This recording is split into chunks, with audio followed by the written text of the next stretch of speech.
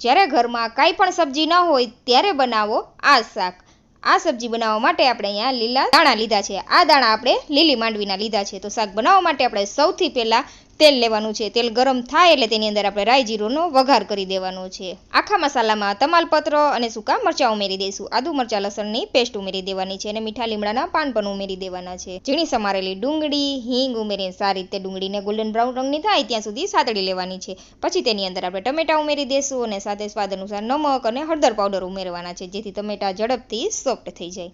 તીખાસમાં તમે જેટલું લાલ મરચું ખાતા હોય તે મુજબ તમારે લાલ મરચું પાવડર ઉમેરી દેવાનું. હવે બધી વસ્તુને સરસ સાતળી લેવાની છે. જો અહીંયા લાગે કે આપણો મસાલો ચીપકી રહ્યો છે તો તમારે 2 થી 3 ચમચી જેટલું પાણી ઉમેરી દેવાનું છે. પછી આપણે જે લીલા માંડવીના દાણા હતા તેને આપણે બાફી લીધા હતા, તો માંડવીના દાણાને આપણે ઉમેરી દેવાના છે. સારી રીતે તેને પણ 2 મિનિટ માટે સાતળી લેવાના છે. ને શાકમાં તમારે જેટલી ગ્રેવી જોતી હોય તે મુજબ પાણી ઉમેરીને